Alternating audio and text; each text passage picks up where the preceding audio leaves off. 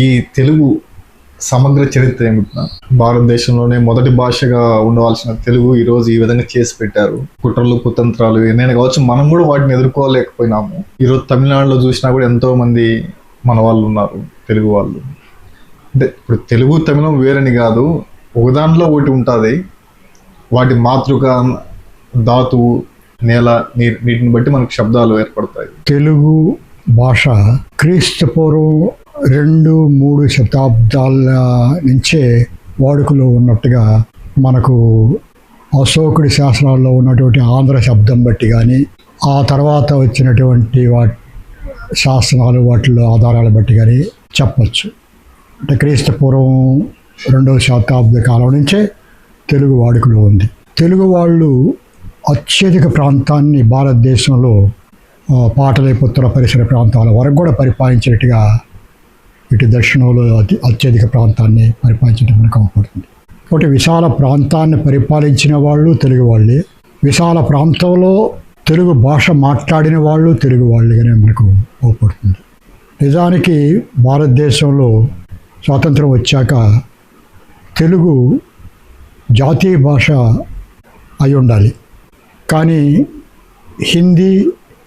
హిందీ దగ్గరగా ఉండేటువంటి భాషలను కలిపి హిందీని జాతీయ భాషగా చేయడం జరిగింది.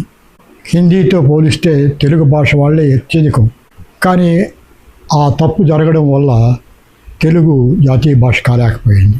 తెలుగు మాట్లాడేవాళ్ళు ఇప్పటికీ తమిళనాడు వంటి ప్రాంతాల్లో, ఇతర పక్క రాష్ట్రాల్లో కూడా అత్యధికులు ఉన్నప్పటికీ తమిళనాడు ప్రాంతంలో అత్యధికులు ఉండాలని చెప్పచ్చు. తమిళనాడులో ఒక విధంగా 42% వరకు తెలుగు మూలాలు కలిగి తెలుగు భాష మాట్లాడేటువంటి వాళ్ళు ఇప్పటికీ ఉన్నారు. తమిళ మాట్లాడే వాళ్ళు తమిళనాడులో 38%. కాకుంటే రాజకీయంగా వాళ్ళు డామినేట్ కమ్యూనిటీగా ఎదిగారు కాబట్టి తెలుగు వాళ్ళు తమిళియన్లుగా మారిపోతూ కాలక్రమంలో తమ ఉనికిని అక్కడ కోల్పోతున్నారు. తెలుగు అలాంటి ప్రథమ స్థాయిలో తమిళనాడులో మనకు అవపడుతుంది. అసలు తెలుగు అనేది రాత భాషగా 575 ప్రాంతంలో కడప జిల్లాలోని కలిమెళ్ళ అనే ప్రాంతంలో రేనాటి చోళులు అనేటటువంటి ఒక ప్రాంతీయ రాజ్యపు పాలకులు వేయించినటువంటి శాసనంలో మొట్టమొదటిసారిగా అవపడుతుంది. సో తొలి తెలుగు శాసనం రేనాటి చోళులు వేయించినటువంటి కలిమెళ్ళ శాసనంగా చెప్పచ్చు. ఆ తర్వాతనే తెలుగుని శాసన భాషగా వాడడం ఆయా ప్రాంతాల పాలకులు తర్వాత కాలాల్లో కొన్ని వందల సంవత్సరాల్లో జరిగింది. ప్రాంతీయ రాజ్యాలు, ప్రాంతీయ భాషలు దక్షిణ భారతదేశంలో పుట్టుకొచ్చిన తర్వాతనే ప్రాంతీయ భాషలు నిలదొక్కున్నాయి, మనుగడ సాధించాయి, వ్యాప్తి చెందాయి.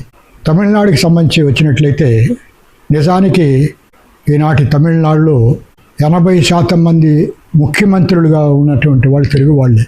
ఒక 20% మంది 3-4 తమిళియన్స్ ఆ రాష్ట్ర ముఖ్యమంత్రులుగా పనిచేశారు. దాన్ని బట్టే తమిళనాడులో తెలుగు భాష మాట్లాడే వాళ్ళే డామినేట్గా ఉన్నారు అనే విషయం మనం చెప్పచ్చు.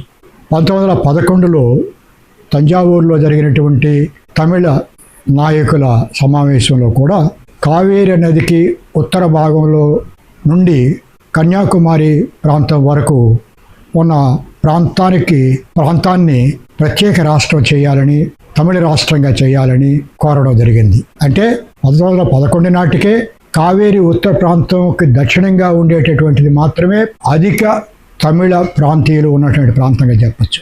దానికి పైన కావేరి ఉత్తర ప్రాంతానికి పైన దాదాపు పాండిచ్చేరి వరకు ఉన్న ప్రాంతాల్లో ఒక మిక్స్డ్ తమిళ తెలుగు భాష మాట్లాడేవాళ్ళు మిక్స్డ్ పాపులేషన్ ఉండేది. అందులో కూడా తెలుగే డామినెంట్గా ఆ ప్రాంతంలో ఉండేది. పాండిచ్చేరికి పైకి వచ్చినట్లయితే ఉత్తర తమిళనాడు అంతా కూడా తెలుగు అత్యధికంగా ఉండేది. తెలుగు పేర్లు కానీ పత్రాలు కూడా, భూమి పత్రాలు కూడా తెలుగులో రాసేవాళ్ళు. కోయంబత్తూరు ఇంకా ప్రాంతాలంతా కూడా. అలా తమిళనాడులో తెలుగు వాళ్ళు ఈనాటికి 42% ఉన్నారు. ఉత్తర తమిళనాడులో మరింత అత్యధికంగా. తమిళనాడులో అనేక గ్రామాలు, 100 గ్రామాలు ఇప్పటికే తెలుగు మాట్లాడేవాళ్ళు అధికంగా ఉన్నటువంటి గ్రామాలు ఇప్పటికే ఉన్నాయి. తంజావూరు, ఆ దిండిగల్లు, ఆ ఏరియాలో వాళ్ళైతే ఇప్పటికి కూడా తెలుగు వాళ్ళని ఒడుకర్లు అనే పేరుతో, అంటే ఉత్తర ప్రాంతీయులు అంటే తెలుగు వాళ్ళు అనే అర్థంలో ఇప్పటికీ పిలుస్తారు అదే మాటతో కూడా. ఇక ఒరిస్సా, మహారాష్ట్ర, కన్నడ ప్రాంతాలు, దాదాపు బెంగళూరు వరకు తెలుగు ప్రాంతం డామినెంట్గా ఉండేది. బళ్ళారి అసలు తెలుగు ప్రాంతమే అది, గంగావతి. కానీ ఆనాడు ఉన్న రాజకీయాల వల్ల బళ్ళారి విలువైన ప్రాంతం పోయి తుంగభద్ర నది సమస్యకు కూడా అది మూలమైపోయింది. అంటే మహారాష్ట్రలో లాతూర్ వరకు, ఒరిస్సాలో బెర్హాంపూర్ వరకు తెలుగు డామినెంట్ రీజియన్సే. కానీ భాషాపరమైన రాష్ట్రాల విభజన కాలంలో విశాల తాలూకాని ప్రాతిపదికగా తీసుకున్నందువల్ల అనేక గ్రామాలు ఆ పక్క రాష్ట్రాల వాళ్ళకి వెళ్ళిపోవడం జరిగింది. కానీ చాలా గ్రామాలు అటు లాతూరు, బెర్హాంపూరు, బెంగళూరు, పాండిచ్చేరి వరకు తెలుగు ప్రాంతం అని చెప్పట్టు. ఇప్పటికీ పూర్తిగా తెలుగు వాళ్ళే అక్కడ ఉంటున్నారు. ఇప్పటికి ఉద్యమాలు కూడా చేస్తున్నారు. కోలారు అటువంటి ప్రాంతాల్లో అయితే ఈ రోజుకి కూడా అక్కడ తెలుగు మేధావులంతా కూడా సంఘాలు ఏర్పాటు చేసుకుని మమ్మల్ని ఆంధ్ర ప్రాంతంలో కలపాలని చెప్పి కోరడం జరుగుతుంది. కానీ దురదృష్టం, ఇంతటి విశాల ప్రాంతంలో రాజ్యాలను కలిగి తెలుగు మాట్లాడే వాళ్ళ కలిగి జాతీయ భాషగా తెలుగు కానీయకుండా హిందీ దాని సమీప ఆకారం కలిగినటువంటి భాషల యొక్క డామినెంట్ తో ఉత్తర భారతీయుల నాయకత్వం వల్ల తెలుగు తనకు రావాల్సినంతటి గౌరవాన్ని పొందలేకపోయింది. తర్వాత హిందీ అక్కడ ప్రాంతీయ భాషలను కూడా మింగేసింది. సో అవును, మింగేస్తా ఉంది. ఆ ప్రాంతంలో కొన్ని డెవలప్ అయి ఉంటాయి కదా, అవును, ఆ ధాతు శబ్దాలు కొన్ని. అవును అవును, మనకన్నా డ్యామేజ్ వాళ్ళకు ఎక్కువ జరుగుతుంది. కాలక్రమంలో ఆ భాషలో అదృశ్యమైపోయి హిందీలో భాగంగా అయిపోతాయి. అంటే సామ్యం ఎక్కువ కాబట్టి హిందీ డామినేట్ బెల్టే ఎక్కువ డామినేట్ చేస్తూ ఉంది దేశంలో. ఆ బెంగాలీ అవన్నీ కూడా దగ్గర సంబంధం ఉన్నట్టు. అవన్నీ కాలక్రమంలో కొన్ని వందల సంవత్సరాలు మరుగైపోతే కూడా కావచ్చు. ఇప్పటికే డ్యామేజ్ జరిగింది అనేసి, డ్యామేజ్ జరుగుతూ ఉంది జరిగింది అనేసి. ప్రతిదానికి హిందీ పదాలే, వాక్యాలే, అక్షరాలనే ఉపయోగించడం జరుగుతూ ఉంది. ఇప్పుడు కేంద్ర ప్రభుత్వం ఏది వచ్చినా, ఏ పార్టీ వచ్చినా కూడా హిందీ పదాలనే ఉపయోగిస్తాం. చూడండి, ఇతర భాష హిందీకి దగ్గరుండే భాషల యొక్క పదాలని కానీ, వాక్యాలను కానీ, అక్షరాలను కానీ ఉపయోగించడం లేదు. హిందీకి దగ్గరగా ఉండే అక్షరాలైనా కూడా ఆ అక్షరాలను ఉపయోగించడం లేదు. హిందీ సంబంధించిన భాష హిందీ డామినేట్ చేస్తాం దేశంలో. ఉత్తర భారతదేశంలో మీరు అన్నట్టు ఇతర దగ్గరుండే హిందీకి దగ్గరుండే భాషలనే మింగేస్తూ ఉంది. ఇక్కడ దక్షిణ భారతదేశంలో కూడా ఆ పదాలని నిత్యం అడ్వర్టైజ్మెంట్లో కానీ, ఇతర వాటిల్లో కానీ, కరెన్సీల మీద కానీ,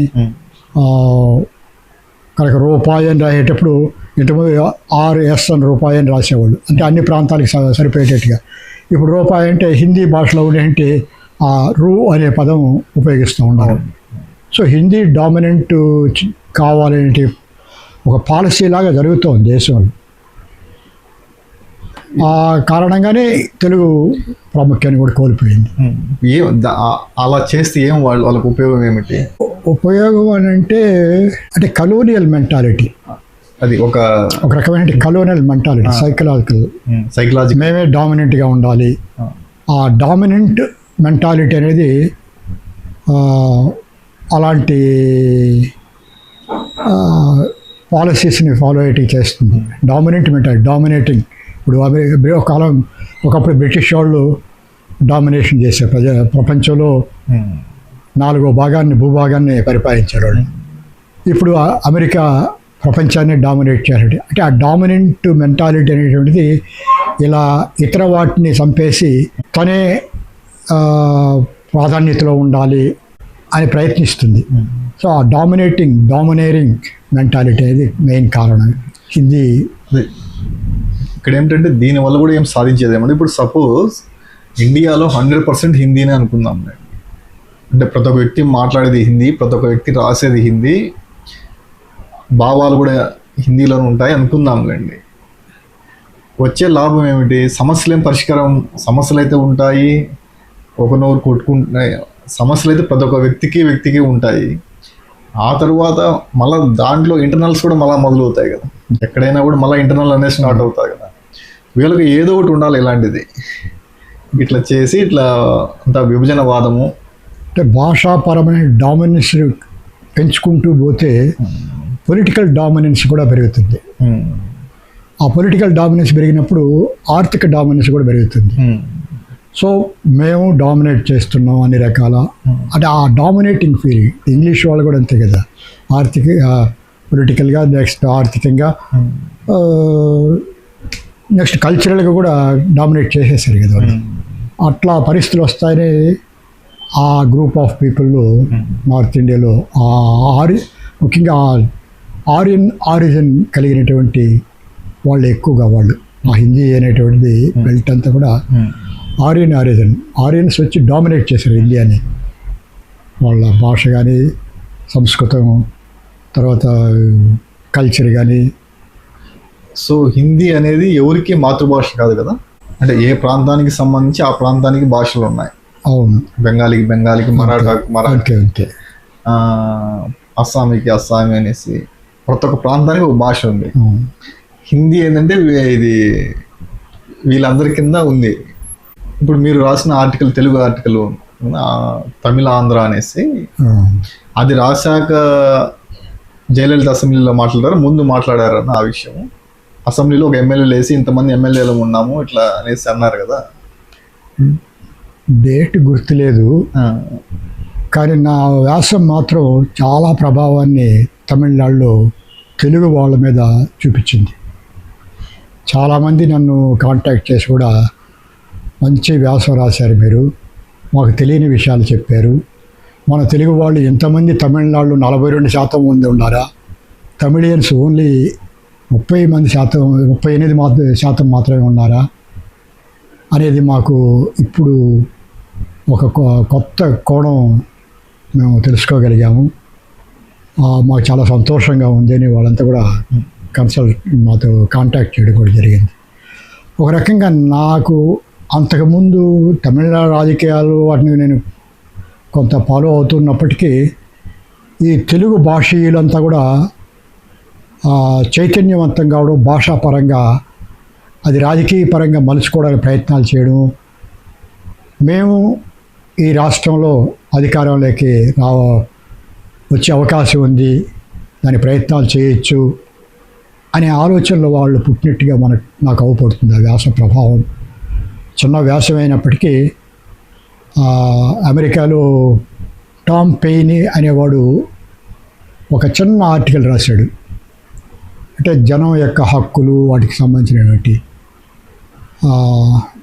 కరెక్ట్గా టైటిల్ గుర్తు రావడం లేదు, కానీ ఆ చిన్న ఆర్టికల్ రాజ్యాంగ రూపంలో పెద్ద ప్రభావం చూపించింది. అది రాజకీయ వాతావరణమే మారిపోయింది. బ్రిటిష్ ఫ్యూడల్ రాజకీయ వ్యవస్థ ప్రభావం లేకుండా స్వేచ్ఛాయుతమైన ప్రజాస్వామ్య హక్కులతో కూడిన రాజ్యాంగ వ్యవస్థ ఏర్పాటు, అలాంటి పరిపాలన ఏర్పడడానికి ఆ టామ్ పెయినీ అనేవాడి యొక్క చిన్న వ్యాసం పనిచేసింది. దాదాపు అంత గొప్పగా నేను చెప్పుకోలేదు, కానీ నా తెలుగులో రాసినటువంటి తమిళనాడులో తెలుగు వాళ్ళు ఎంతమంది, తమిళియన్స్ ఎంతమంది అనేది రాసినటువంటి ఎంతమంది, దాదాపు 80% ముఖ్యమంత్రులు తెలుగు వాళ్ళే అయ్యారు. అంటే తెలుగు మాట్లాడేవాళ్ళు ఎంతమంది ఆ డామినెంట్గా ఉన్నారు ఆ ఏరియాలో తమిళనాడులో అనేది అది కూడా చెప్తుంది. కాబట్టి ఆ వ్యాసం తెలుగు భాష మాట్లాడేటి, తెలుగు మూలాలు కలిగిన వాళ్ళల్లో చాలా చైతన్యం తెచ్చిందని, ఇప్పుడు రాజకీయ పరిణామాలకి అది కొంత కారకం అని చెప్పి నేను భావిస్తూ ఉన్నాను. నేను నాదెళ్ల భాస్కరరావు గారితో మాట్లాడేటప్పుడు అప్పుడు జరిగిన విషయాలు కొన్ని చెప్పారు. ఈ పొట్టి శ్రీరాములు గారు కూడా ఈ నిరాహార దీక్ష చేయడము సపరేట్ అసెంబ్లీ అక్కడే కావాలి అనేసి, చెన్నైలోనే సపరేట్ అసెంబ్లీని క్రియేట్ చేయాలనేసి. మీరు చెప్పిన ప్రకారం ఏంటంటే 1911లో కావేరీ నదికి అటుపక్క ఉన్న వాళ్ళు తమిళ రాష్ట్రం కావాలనేసి డిమాండ్ అనేసి చేశారు. ఈయన పొట్టి శ్రీరాములు గారు అక్కడ సపరేట్ అసెంబ్లీని అక్కడే ఇవ్వాలనేసి ఆయన నిరాహార దీక్ష చేయడం. ఆ తర్వాత ఏంటంటే వీళ్ళు ఎంటర్ అయినారు, ప్రకాశం పంతులు వీళ్ళు ఎంటర్ అయ్యేసి ఆయన నిరాహార దీక్ష విరమిస్తారన్నా కూడా నువ్వు సచ్చిందాక వాడు నెహ్రూ ఇవ్వడు మనకు రాష్ట్రము అనేసి దాన్ని రాష్ట్రంగా మార్చి అట్లా చేశారు అనేసి నిజం. అది నెహ్రూ దానికి బాధపడ్డాడు. ఒక మనిషి చనిపోవడం ఏంటి అనేసి బాధపడి ఇచ్చాడు. అసలు రాష్ట్రం ఏంది, భాష ఏమిటి, భాషా ప్రయుక్త రాష్ట్రాలు ఏమిటి, అన్ని భాషలు ఉంటాయి ఒక రాష్ట్రంలో, ఒక్కో భాష ఒక రాష్ట్రం ఏమిటి అనేసి బాధపడ్డాడు అనేసి నాదెళ్ల భాస్కరరావు. నెహ్రూకి భాషా ప్రయుక్త రాష్ట్రాలు ఏర్పాటు చేయడం ఇష్టం లేదు, మిక్స్డ్గా ఉండాలని ఆయన ఉద్దేశం. ఎప్పుడైతే ఇలాంటి ఇన్సిడెంట్ జరిగిందో తప్పనిసరిగా ఇవ్వాల్సి వచ్చింది. ఎప్పుడైతే ఇచ్చాడో ఇతర ప్రాంతాల కూడా అలాంటి కోరికలు పుట్టుకొచ్చాయి వాళ్ళకి.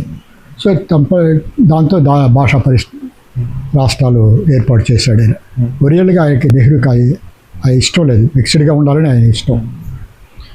ఇప్పుడు తమిళనాడులో ఈ తెలుగు భాషకు సంబంధించి పాఠ్యాంశాలు కానీ ఇట్లా ఏమన్నా ఇవన్నీ అక్కడ చాలా దారుణమైన పరిస్థితులు జరుగుతూ ఉన్నాయి.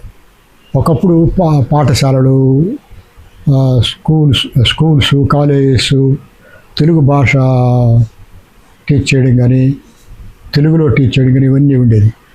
అంగళ్ళకి బోర్డులు తెలుగులో రాసేవాళ్ళు, అప్పుడంతా కూడా తెలుగులో రాసేవాళ్ళు, ఎక్కువగా తెలుగులోనే ఉండేవి తమిళ కన్నా కూడా. ఇట్లాంటివన్నీ కూడా నిషేధించేశారు తమిళనాడులో కాలక్రమంలో వచ్చినట్టు. అసలు ఆశ్చర్యం ఏంటంటే తెలుగు వాళ్ళుగా ఉండి సీఎంలుగా అయినటువంటి వాళ్ళే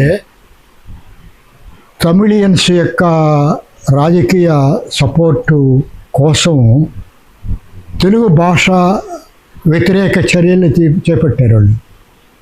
తెలుగు భాష పాఠశాలలో తీసేయడం కానీ, తెలుగు భాషా పాఠశాలను మూసేయడం కానీ, తెలుగు బోర్డులు బస్సులకు, అంగళ్ళకు వీటికి పెట్టేదాన్ని ఆపేయమని చేయడం కానీ ఇట్లాంటివన్నీ చేశారు ఆశ్చర్యంగా. మొత్తానికి నాకు అనిపించేది ఏంటంటే మనము శాపగ్రస్తులము అనిపిస్తుంది నాకు. తెలుగు వాళ్ళు నిజంగా శాపగ్రస్తులు. ఎందుకు అంటే దాదాపు 18 కోట్ల తెలుగు వాళ్ళు ఉన్నారు. రఫ్గా వేసుకుంటే 20 కోట్ల మంది ఉన్నారు ప్రపంచంలో. మొత్తం 20 కోట్ల మంది ఉన్నారు. ఇప్పుడు ఈ రాష్ట్రంలో ఒక 6-7 వేల మంది ఉన్నారు కదా, 6-7 కోట్లు ఉన్నారు కదా, 6 కోట్ల 5 కోట్లు ఉన్నారు. ఆ రాష్ట్రం ఈ రాష్ట్రం కలిపితే దాదాపు 9 కోట్లే ఉన్నారు. బయట ఒక 9 కోట్లు ఉన్నారు. ఇంకా ప్రపంచం బయట ఉండేవాళ్ళు ఇంకా ఉన్నారు. 20 కోట్ల మంది తెలుగు వాళ్ళే ఉన్నారు. అంత పాపులేషన్ ఉన్నటువంటి వాళ్ళు తెలుగు వాళ్ళు. అదే మనము బెంగళూరుకు ఆనుకొని కూడా ఉండే పల్లెలు, వడ్డేపల్లిలు, అన్ని పేర్లు కూడా వడ్డేపల్లి మనకి ఎట్లుంటాయో అట్లా కొన్ని కమ్యూనిటీస్ కూడా ఇప్పటికీ డామినేట్ కదా, అంతా కూడా చాలా నీట్గా. మైసూరు ప్రాంతం దరిదాపుల వరకు కూడా తెలుగు. మొదటి చీఫ్ మినిస్టరే తెలుగువాడు కదా, చెంగల్రాయరి, కేసీ రెడ్డి గారు. కేసీ రెడ్డి ముందు నాది చిన్న పుస్తకం అది ఉన్నది, కేసీ రెడ్డి. ఇంకా అక్కడ తెలుగు భాష కూడా కొంచెం స్లాగ్ చోట వేరుగా ఉంటుంది. డొంకని భాష అనేసి అది బాగుంటుంది. మొత్తానికి ఏంటంటే రకరకాలుగా ఈ ఫస్ట్ ఏంటంటే మనమంతా టాక్సేషన్ అంతా మద్రాసు డెవలప్ చేసాము. అది డెవలప్ అయిన తర్వాత వాళ్ళు పెరుక్కున్నారు దాన్ని. అక్కడి నుంచి కర్నూలుకి వచ్చినాము. కర్నూలుకి వచ్చిన తర్వాత 2 నెలలకే విజయవాడ కమ్యూనిస్టులు, కాంగ్రెస్ వాళ్ళు ఏం చేశారంటే, ఇక్కడ మాకు వస్తగా లేదు, ఇక్కడ రాజధాని కాదు, ఈ రాజధానిని మార్చాలా అని తీర్మానం చేశారు. మద్రాసు నుంచి విడిపోయి ప్రత్యేక రాష్ట్రం ఏర్పాటు చేయడానికేమో ఈ అన్ని ప్రాంతాల వాళ్ళని సహాయాన్ని తీసుకున్నారు వాళ్ళు మభ్యపెట్టి. మద్రాసుని త్యాగం చేసేసి యాక్చువల్గా రాయలసీమ ప్రాంతాల వాళ్ళు మద్రాసు కేంద్రంగా రాష్ట్రం ఏర్పాటు చేసుకోవాలని అనుకున్నారు. అదే మొత్తం మన ప్రతి కష్టము, ఇప్పుడు మన ఊర్లో ఏ కష్టం మిగిల్చినా కూడా మనం రాజధానిలో మద్రాసుని బిల్డ్ చేసిన తెలుగు వాళ్ళే మొదటి పుట్టినరోజు నుంచి కూడా తెలుగు ప్రాంతమే, తెలుగు వాళ్ళే. చుట్టుపక్కల రకరకాల టెక్స్టైల్స్ తయారు చేసేవాళ్ళు, పూసలు తయారు చేసేవాళ్ళు, ఇతర హ్యాండీక్రాఫ్ట్స్. ఈ చుట్టుపక్కల మీకు ఎక్కువగా టెక్స్టైల్స్ ఈ ఏరియాలో చూడండి మీకు ఎక్కువ పడుతుంది. నెల్లూరు, చెంగల్పట్టు, ఆర్కాటు, చిత్తూరు ఈ ఏరియాస్లోనే మీకు టెక్స్టైల్స్, కాటేజ్ ఇండస్ట్రీస్ విపరీతంగా పడతాయి. ఎక్స్పోర్ట్స్ కూడా అందుకే మీకు హార్మగాన్ నుంచి కానీ, మద్రాస్ నుంచి కానీ, పులికాట్ నుంచి కానీ, మచిలీపట్నం నుంచి కానీ టెక్స్టైల్స్ మన ప్రాంతం నుంచి ఎక్కువగా జరిగేవి అన్ని ప్రాంతాలకు ప్రపంచవ్యాప్తంగా. ఎంత ప్రాచీనం అంటే క్రీస్తు శకం 3వ శతాబ్దం రోమన్ చక్రవర్తి కాలం నుంచి కూడా ఎక్స్పోర్ట్స్ వరకు ఉండేటివి మన ప్రాంతం నుంచి. అంత ఇది అట్లాంటి ప్రాంతాన్ని మన వాళ్ళు పోగొట్టుకున్నారు. మళ్ళా వచ్చేసి నైజాం అనేసి తెలంగాణ మద్రాసుని ఆడ త్యాగం చేశారు. కర్నూలుకి వచ్చిన తర్వాత విజయవాడలో రాజధాని పెట్టుకోవాలని చెప్పి అక్కడ ఉన్నటువంటి డామినెంట్ కమ్యూనిటీస్ అప్పటికే ప్రాజెక్టులు కాటన్ ద్వారా వల్ల వచ్చి ఉన్నాయి కాబట్టి బలపడిపోయి ఉన్నారు కాబట్టి అక్కడ ఉండే కమ్యూనిస్టులు, కాంగ్రెస్ వాళ్ళు తెలుసుకొని ఆడ బెట్టమని అడిగితే గొడవ అవుతుందనే ఉద్దేశంతో, ఎందుకంటే వాళ్ళే శ్రీబాగ్ వడం ప్రకారం రాజధాని మీరు పెట్టుకుంటారా, మమ్మల్ని పెట్టుకోమంటారా, హైకోర్టు మీరు పెట్టుకుంటారా, మేము పెట్టుకోమంటారా అని ఛాయిస్ రాయలసీమ వాళ్ళకి ఇచ్చారు శ్రీబాగ్ ఒడంబడికి. అప్పుడు రాయలసీమ వాళ్ళు అని చెప్పారు, కోటిరెడ్డి వీళ్ళంతా కూడా మాకు ఇచ్చేయండి రాజధాని అన్నారు. ఎక్కడ అంటే కర్నూలు అన్నారు. వాళ్ళకి ఏంటంటే రాష్ట్రం విడిపోవాలి ముందు, మళ్ళీ ఏమైనా మేనేజ్ చేద్దాం అనుకున్నారు. విషయం తర్వాత యాక్చువల్గా వాళ్ళ మైండ్లో ఉండేది విజయవాడ, గుంటూరు. కానీ రాయలసీమ సహకారం లేకపోతే విడిపోవడం కష్టం. అందుకని సహకారం కోసం సరే అన్నారు, మేము హైకోర్టు పెట్టుకుంటాం, మీరు రాజధాని పెట్టుకోండి అన్నారు. విడిపోయి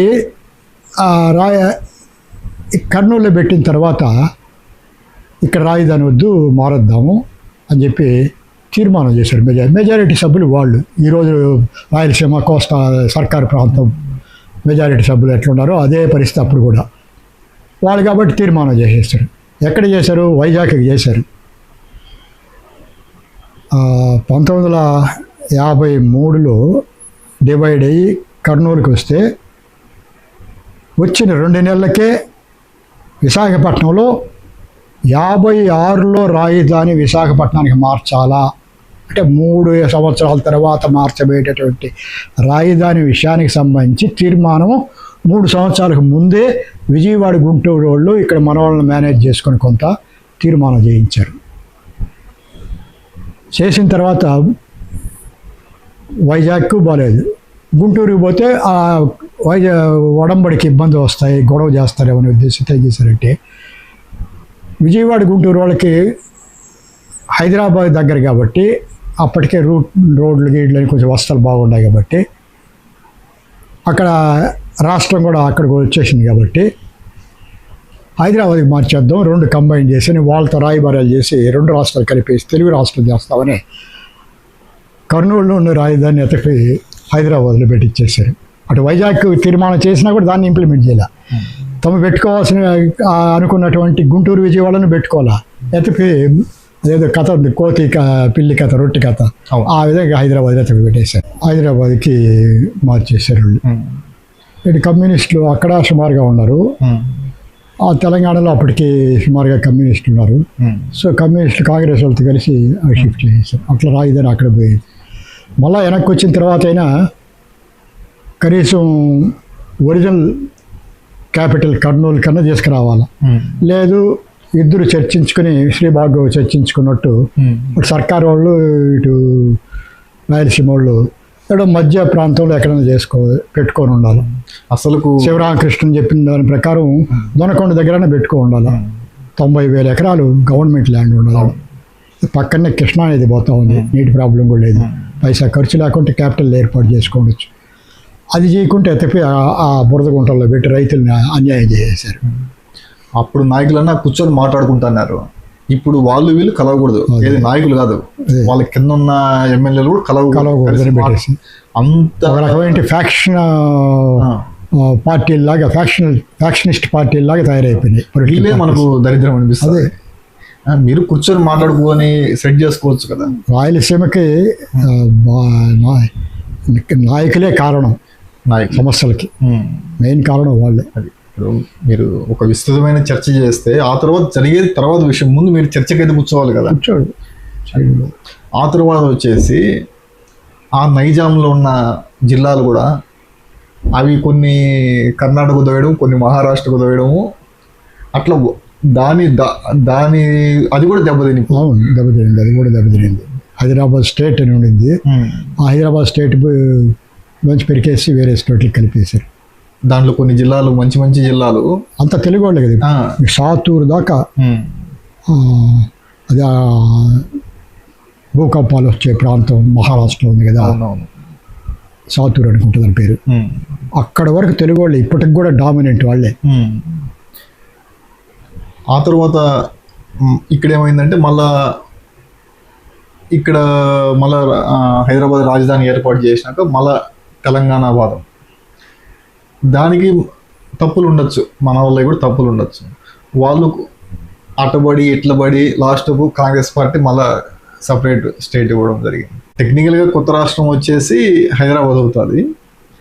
మొరాలిటీ చూస్తే కొత్త రాష్ట్రం వచ్చి ఆంధ్రప్రదేశ్ అవుతుంది. ఎందుకంటే రాజధాని లేని రాష్ట్రము ఆంధ్రప్రదేశ్. తెలంగాణ ఏంటంటే అన్ని ఎస్టాబ్లిష్మెంట్ ఉన్న ప్రాంతం. టెక్నికల్గా చూస్తే ఒకటి, మోరల్గా చూస్తే ఒకటి. అందరూ దీనికి తిలాపాపం తల పిరికడ్ అనేసి బీజేపీ వాళ్ళు ఫస్ట్ ఏమన్నారు అంటే రాజధాని మీ ప్రాంతంలో ఉంది, మళ్ళీ మీరు సపరేట్ రాష్ట్రం అయిందని ఎల్కే అద్వానీ గారు అన్నారు. వాళ్ళు కూడా నష్టపోయేది మనం కాదు కదా, నష్టపోతే కాంగ్రెస్ పార్టీ నష్టపోతుంది. వాళ్ళు ఏంటంటే వాళ్ళ పంచాయతీ డిఫరెంట్, వాళ్ళ కల్టే డిఫరెంట్. వాళ్ళు మొత్తానికైతే చేశారు. ఇట్లా ఆడబడి ఈడబడి మన శ్రమ అంతా అట్లా అదే మన సంపద అంతా కూడా మన ఏరియాకి సంబంధించి ఒకప్పుడు మద్రాసుకి పోయింది, తర్వాత హైదరాబాద్కి పోయింది. ఇక్కడ సంపద తరలింపు జరిగిపోయి ఇక్కడ డెవలప్మెంట్కి లేకుండా అయిపోయింది. ఒక అగ్రికల్చర్ స్టేట్ లాగా మిగిలిపోయింది ఇంతే. ఇది ఇదేమన్నా అగ్రికల్చర్ ఏమన్నా అది డెవలప్ చేయడం అంటే అది కాదు. ఒక ప్రాజెక్ట్ కట్టలే కదా, అప్పుడు ఏదో కాంగ్రెస్ కట్టిన ప్రాజెక్టులే వాళ్ళకి ఆ ప్రాజెక్ట్ ఏది కట్టలేదు కదా. కాలువలు కూడా సరిగా దూడవల్ల రాయలసీమను పూర్తిగా ఒక వలస ప్రాంతం లాగా, సర్కారికి వలస ప్రాంతం రాయలసీమ. సౌత్ ఇండియా, నార్త్ ఇండియాకి వలస ప్రాంతం అయితే సర్కారు జిల్లాలు, సర్కారు అంటే మీకు ఒంగోలుకి పైన ఉండేది సర్కారు జిల్లా. మిగతాదంతా సర్కారు కాదు.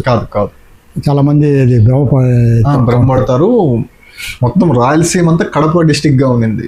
ఫస్ట్ డిస్టిక్స్ ఏర్పాటు చేసినప్పుడు రాయలసీమ మొత్తం అంతా ఒకటే కడప జిల్లా లాగా ఉండింది. అంటే కడప జిల్లాగా లేదు కానీ సీడెడ్ జిల్లాలని కడప, కర్నూలు, అనంతపూరు, బళ్ళారి ఈ 4 జిల్లాలకి కలిపి సీడెడ్ జిల్లాలు అనే పేరుతో మన్రో అనేటువంటి వాడి యొక్క థామస్ మన్రో అతన్ని ప్రిన్సిపల్ కలెక్టర్ హోదాతో అపాయింట్ చేశారు.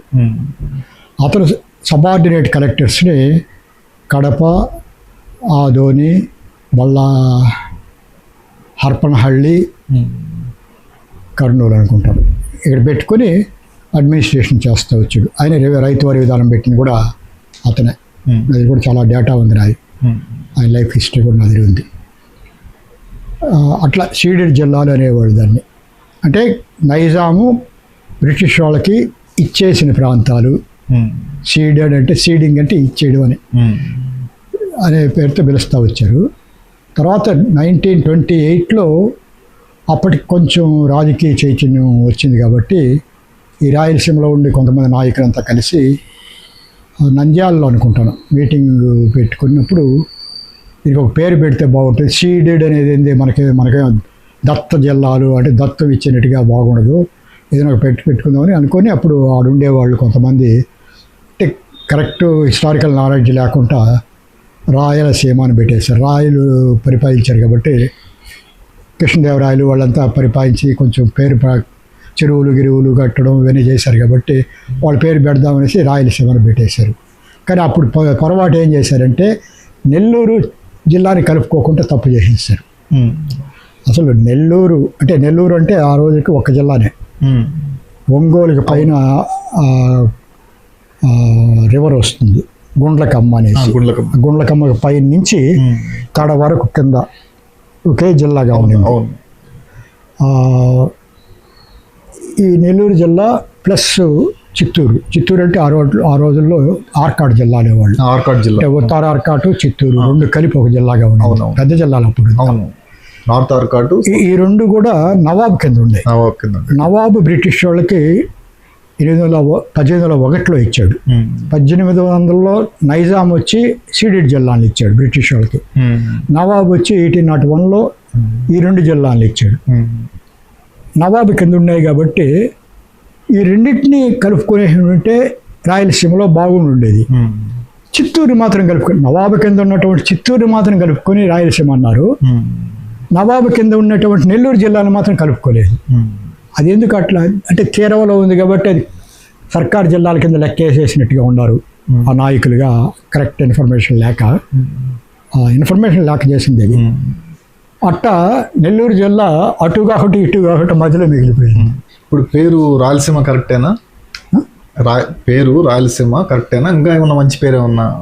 అంటే వాళ్ళ అప్పటి పరిస్థితుల్లో రాయలు అంటే విజయనగర రాజులు పరిపాలించిన కాలంలో మేలు జరిగింది కాబట్టి మన ప్రాంతానికంతా కూడా చెరువు పర్టికులర్గా రైతులకు మేలు జరిగింది. ఇరిగేషన్ ఫెసిలిటీస్ బాగా, చెరువులు, కుంటలు, కాలువలు బాగా జరిగాయి. అది జనంలో బాగా మైండ్లో ఉంది కాబట్టి జనం ఆలోచనలో ఎవరు బాగా ఉండారనేది పసిపెట్టి పెట్టారు. తప్పేమి లేదు. అంతకన్నా ఏమన్నా చరిత్రను అంతకన్నా మించి ఆ రోజులకు ఆలోచించేది ఏమీ లేవు. వేరే పేరు ఆనాటికి లేదు. ఆంధ్ర అనే పదం వాడుతున్నారు ఆల్రెడీ.